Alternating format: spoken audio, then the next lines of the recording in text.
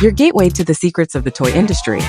Here, Jason Shea, a toy entrepreneur and expert in the field.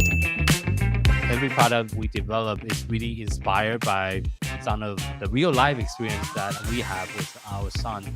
60% of all toys last year were sold on Amazon, which is incredible. Be passionate about it because it's a road, it's a journey. Like when you have an idea that you think is like gonna somewhat like change the world, make things better, I'd say go for it. We'll guide you through the enchanting world of toy design, marketing, and manufacturing. Now let the unboxing begin. Welcome back to another episode of Toy Business Unboxed podcast. Today we have Troy, the founder of SadStretch Games. He's a data-driven board game designer with a background in data analysis and years of experience using tools like Excel, Power Queries, and SQLs. Troy really combined math and analytics to ensure his game is balanced and fun at the same time. From his first two games back in 2021 to his latest release in 2024, he will be sharing his journey, lesson learned, and also strategy for other inspiring game designer and entrepreneur. Thank you so much for joining us on the podcast today. Thank you. So can we kind of go back to your kind of journey on how do you guys started in game design and why? Is there like a story behind it? Yeah, there's a story. Back in before I created the first game, I had a friend that basically challenged me to do it. Okay. That's kind of how that worked out. Yeah. And of course I'm like, what theme? And during 2020-21 period, there was COVID was a theme, and basically from the moment that started, I'm like, oh wow, we could totally do like take that card game where you attack people and you make them get infected, and that's how they lose their hearts and how they get out of the game kind of thing. And literally sat down in 30 minutes, got an Excel spreadsheet out, wrote down all the card names, all the actions and everything, and had a practical playable game within about 30 minutes. Oh, whoa. That was quick. Yeah. Okay. Yeah. Now we weren't just stop there. Obviously we had to play it and make sure it worked. Sure. And check the balance and everything. But yeah, that's the first version of the game was done in about 30 minutes. Oh, okay. What is the name for the first game, and what is the rule behind it? The first game is called Flu Season, and the rules is that everyone has 5 hearts, kind of like if you think about Legend of Zelda, how they have a heart meter. Everyone gets 5 hearts, and your goal is to make sure no one else has any hearts. And the way you do that is we have cards that have little viruses on them and flus and things like that, and you play those cards on other people, and then you can defend by playing a booster shot. Yeah. And then there's a bunch of other cards like cards that make you throw your hand away and stuff like that, make you skip a turn. It's pretty standard card play for that. Okay. How was the market? How long does it take from, obviously it takes 30 minutes to create the concept, but how long does it take you from that concept to actually like the product in hand? Well, the art was done in about 6 months. Okay. And then after that time, it was just a matter of finding a manufacturer. I ended up finding, through the process of looking for manufacturers, had someone that reached out to me that said, hey, I can manufacture your stuff for you. So I'm like, all right, sure. Let's go ahead and go to you and get a quote. And he ended up actually beating my quotes, which was a shock because I thought I had some pretty low quotes. Okay. And so I went with him, and he's a really cool guy out of Utah. Okay. That I've met and personally multiple times since then. Okay. So he's been a really good contact for me when it comes to game development, game creation. So is your game manufacturing in US, or he just kind of connecting you to his contact? He's the go-between. He knows the people in all the manufacturing places and in the places in China and stuff like that. Okay. Yeah. It's more like an agent kind of. Yeah. Okay. Got it. He's more logistics than he is actually doing the manufacturing. I see. But he also it coordinates with the people where he's doing the manufacturing. Like our games were made in China, so he coordinated with those people to get the games to us. Yeah, and he handled the logistics but by the time we went through custom to get to me here. Oh, okay. Got it. Yeah, and he's So, done that for all 3 games that we've made. oh, okay. Yeah, I at see. the same time that I made Flu Season, we also made a dice game Hmm. because we were doing some testing of the games, and one of the people playing was really bored. And I asked them, well, like, what don't you like about it? And they said, well, it's too slow. So I'm like, well, what if I came up with a Ah, fast dice version? yeah. And that's where the dice version of the game came out. Is Oh, I started okay. thinking like, well, can I come up with a dice game? And I'm like, well, I already have a game, Yeah. and I can make that into a dice version really quickly. So I did. Ah, So okay. we ended up doing both games, having having our guy get us both games at once as kind of a way to reduce cost in manufacturing too.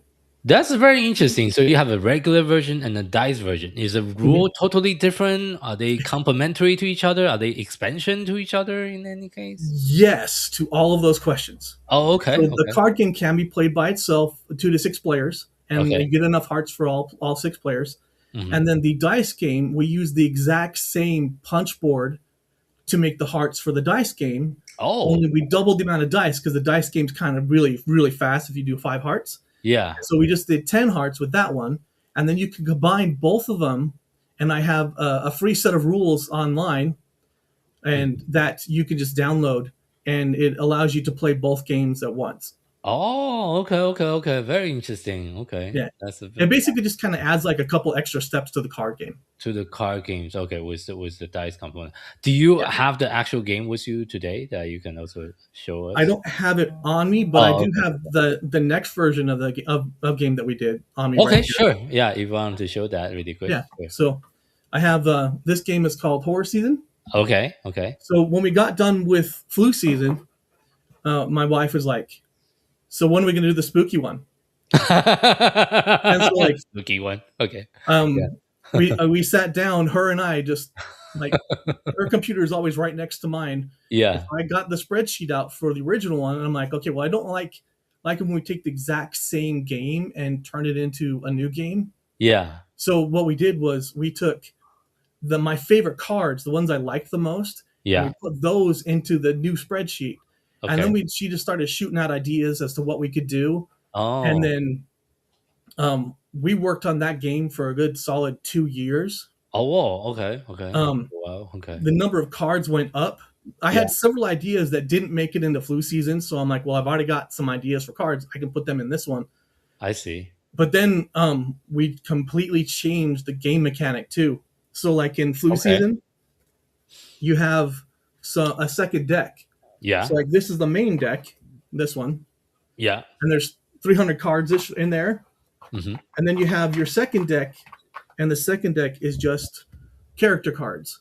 Oh, okay. And Okay. so it kind of gives a little RPG element to it, where you have a role that you play, and each character has its own special ability and passive ability.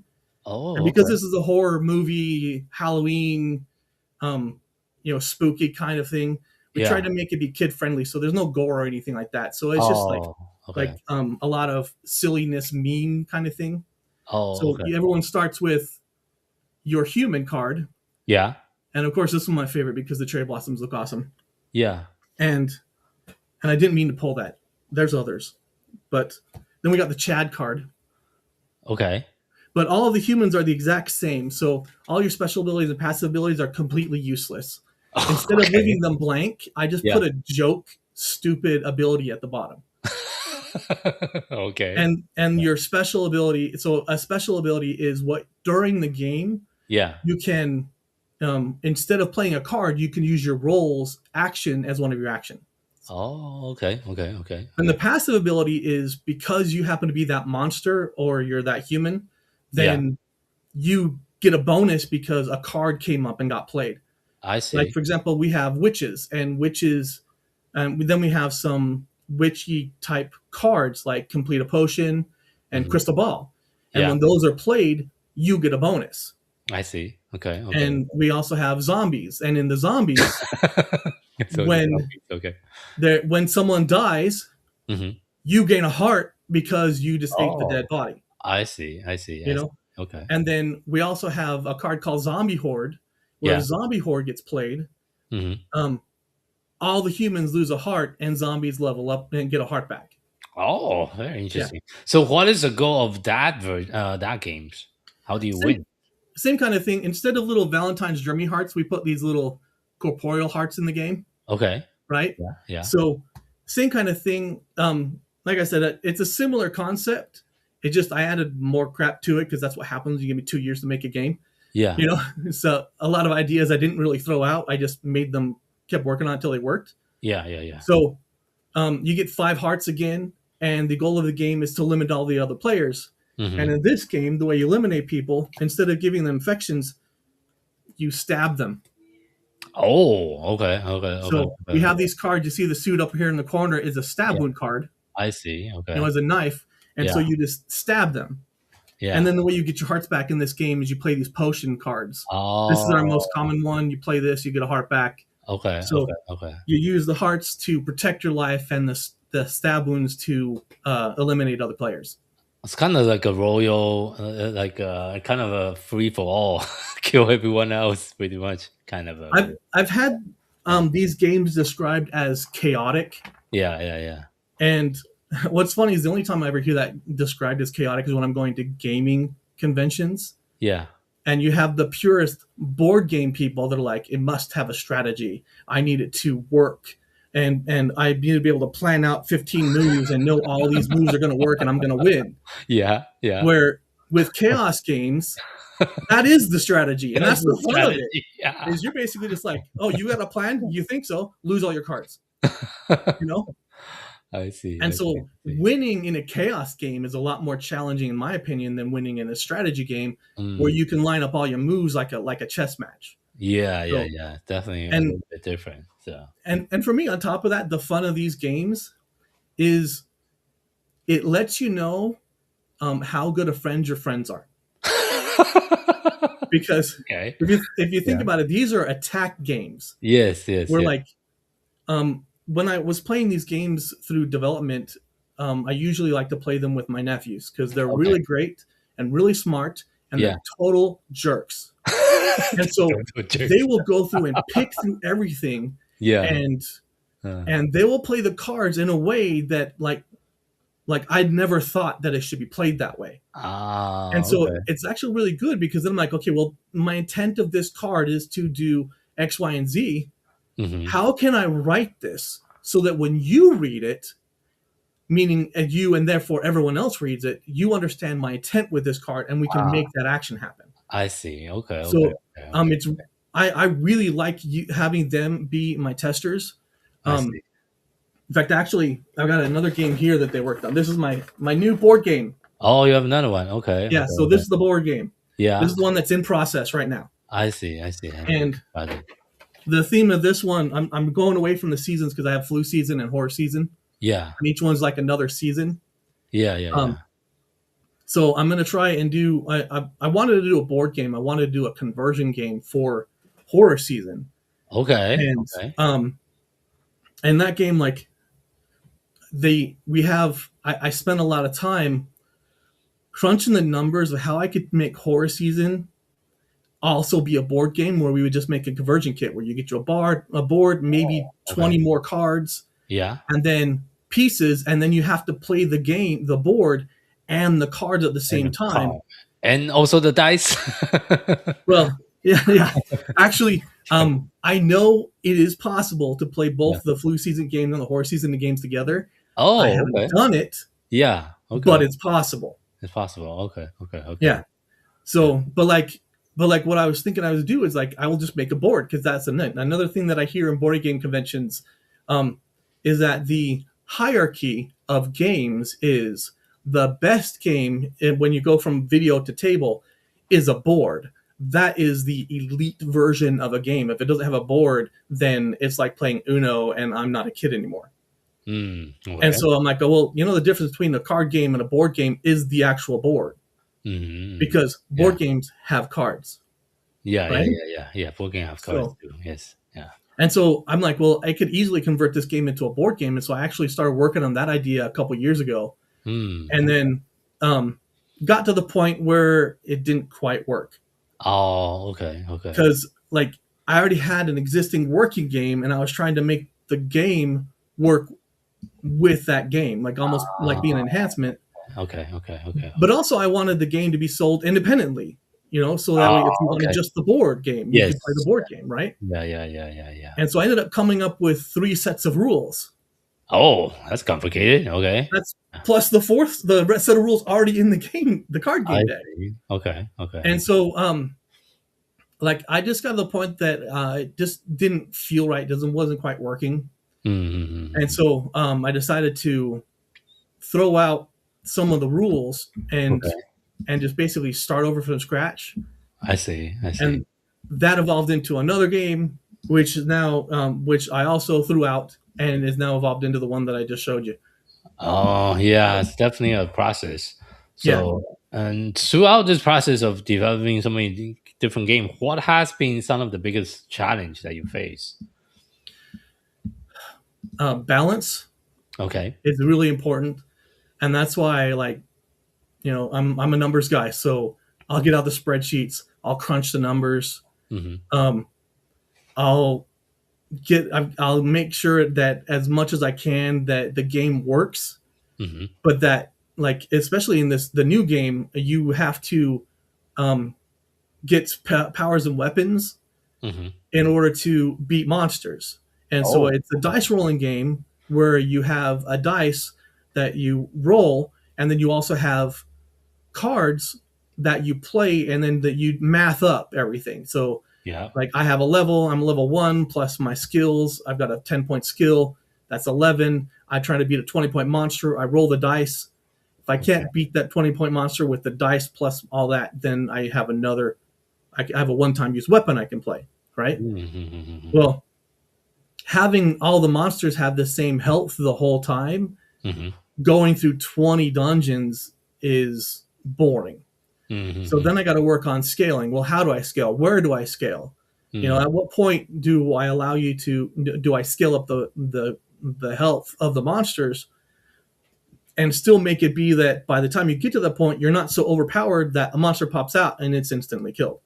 Mm-hmm. Okay. Because, like, I've got 300 points in skills here or something like that, Mm-hmm. So then what you do is you introduce things like controls, where, like, if I have a 25-point skill that you can have, you're not allowed to play it until you reach a certain level. Okay. Yeah. Meaning that then that makes it harder. And then also I have, this is kind of a placeholder image, so don't pay too much attention to it. Oh, okay. But, like, this is how you would map your character. So you would keep track of your level right here. And as you go through your levels, you're allowed a certain number of skill slots. Oh, okay. That So, makes sense. Yeah. And then also, when you kill monsters, you're only allowed to hold a certain number of hearts. Okay. Yeah. And if you can't beat the monster, you can only take damage 3 times or you're out of the game. Oh, okay. So, and with this same component, you can play the game, the way it plays, you can play it competitively or cooperatively without having the rules change barely at all. Oh, you can also do co-op. Okay, interesting. Okay. Yeah. Okay. My main goal with this, is I'd had it asked a lot, is do you have any solo play games? Mm-hmm. Yeah. And so that's the way you can do it as solo play. You can play 2 players yourself and work your way through the game, but also multiple people can play. You could do teams, like 2-on-2. Mm-hmm. So, and all of that is something that, as of right now, works. I see. Kind of. So you keep playing. Every time I play it, as if something doesn't work, obviously you gotta change it. And with this being basically the 3rd version of this particular game, we've worked out quite a bit of bugs. I've already had my nephews look at it, tell me how dumb stuff was. Like, that doesn't make sense. I'm like, okay, let's throw that out. That doesn't work. Like, if I can't explain it to them in a way that they go, okay, I see what you're doing, then I throw it out. It doesn't do me any good. How old is your nephew, by the way? I have 2 nephews that come over, and they are late 20s. Oh, they're late 20s. Okay, I thought they are younger. Okay, I see. Yeah, I'm an old dude. I'm 52. Yeah, I see. Yeah, so my nephews are much older. I see. So what is your process for play testing besides playing with your nephew? Do you also have, like, do you also go to different events, like, for play testing as well? Usually I can get some families to play with me. I am aware of I haven't tried them yet, but I want to with this game. Yeah. There is a gaming bar Okay. in the area where I live, Oh, okay. Okay. That's a good and idea. you can go on Wednesday nights and play the game. And I've met them, I've been there, but I haven't done any beta testing because I kind of want to get this not broken. But Yeah. over the course of the years going to conventions, selling the existing games, I've actually met a lot of people that Mhm. I have a contact, good guy that was willing to turn my flu season games into a video demo version. Oh, really? Okay, that'll Yeah, be really cool. yeah. Yeah. He got busy, so Oh, I'm okay. going to wait on that. But I because see. he also has a game design Mhm. career, I kind of want to play the game with him. But I talked to him about that, and he's Oh, volunteered. So I see. I there's see. I see. you kind of have to tap into the people you know. But Mhm. on top of that, when you find people that are really good, you basically want them to crap all over your game because if they don't, the people who buy it will. True, true, true, true, true, true. And I know you're very data driven. Can you share some example where some of the data, some of the analytic that you use to help you improve the game? Yeah, so like I've done the data with all of my games, and it's definitely very nerdy. So in my Excel sheets, I have all the names of the cards, the Okay. number of cards I want to include in the game. Okay. So like let's just say, for example, let me just grab this one card. So this card right here, it's called Mhm. Apothecary. Okay, Yeah. you play this and everyone gets a heart. Okay. So I actually have in my Excel sheet a column that counts up all of the potion cards, Yeah. determines how much percentage of the entire game that the potion cards are, plus how much percentage of the entire game that one card is, Okay. plus how much percentage of that group it is. So Oh, okay. like, Okay. So it's math. and the goal is to like, if I add one or take one away, how's that going to affect the game? Am I going to have like, if the goal of the game is to eliminate people, I don't want the medicines and the potion cards to keep everyone alive for very long. I want Yeah. everyone to get Yeah. hurt. Yeah. I So see. in my game design thought process, it was just a matter of let's see how quickly we can eliminate people. But Yes. then you need to give enough balance in the health Hmm. to keep people in the game that want to be in the game. I see. I see. I see. I see. I see. Yeah, okay, I see. Yeah, that's I think not everyone approached the game design the way you do, but that's definitely a very interesting way to make sure the game itself is well balanced. It's not skewed in any way. Yeah. So, and in your process, I think you also did a Kickstarter for your game, correct? Yes. Yeah. I've done Kickstarter for. We did a combo Kickstarter for the flu season games because we Okay. had them together, and then we did a separate Kickstarter for horror season. Okay. Okay. Okay. How was your experience with the Kickstarter campaign? Rough. But we didn't go in there with very many expectations because nobody knows who we are. The Sure. people that have bought the games, they know who we are because they've met me personally. I've Hmm. I've only gone to conventions, and most of the people that bought the games in the Kickstarter were family members and friends, people I bribed, you Okay. know. But also Okay. like some random people. Like we did some random advertising on. There's this website called Board Game Geek, and it's Oh, supposed to be okay. the Yeah. end all be all for databases. Of course, I did advertising there, Yeah. got a little bit of traffic for all the games from there. Okay. Um, Okay. but primarily, especially for horror season, because I had a game to sell, I Yeah. coordinated conventions with the Kickstarter for horror Okay. season. So Yes. I would go in person to play the new, horror season with a promotional box, Got it. and also to let people get their hands on flu season, Hmm. so then they could play it and decide if they wanted to jump on the Kickstarter. Okay, So that's a good strategy. But you didn't run like the meta ads like everyone else for 6 months. A lot of people I talked to will run like 3 to 6 months of like ads campaign leading to the Kickstarter campaign. I ran meta ads, hit both Facebook and Instagram. Oh, okay. I did some Twitter ads at the time. Yeah. Um, I did. No, actually, I think that was mostly it. I mostly did Oh, Twitter, okay. Facebook, and Instagram. Okay. And when you don't have a lot of money to put into your advertisement, your Mhm. dollars, you kind of have to target where you go. True, true, true. Need to be very careful with the investment. Otherwise, the Zuckerberg just will take all your money. Right. So, yeah, that's definitely true. So, and as well, kind of wrapping up today's interview here, looking back in your own personal journey on creating these companies and all the different wonderful games you have so far, if you have to share just one piece of advice with someone that's also just getting started in the toys and game industry, what would that be? For me, it was when you're making a game, think about what you're going to put in the game, Hmm. and then go find some game manufacturing companies. They have demo pieces you can use, Hmm. but more importantly, find out how much it's going to cost and keep that in Yeah, mind when you make it. yeah, yeah, yeah. Because paper is cheaper than plastic. Plastic's cheaper than resin.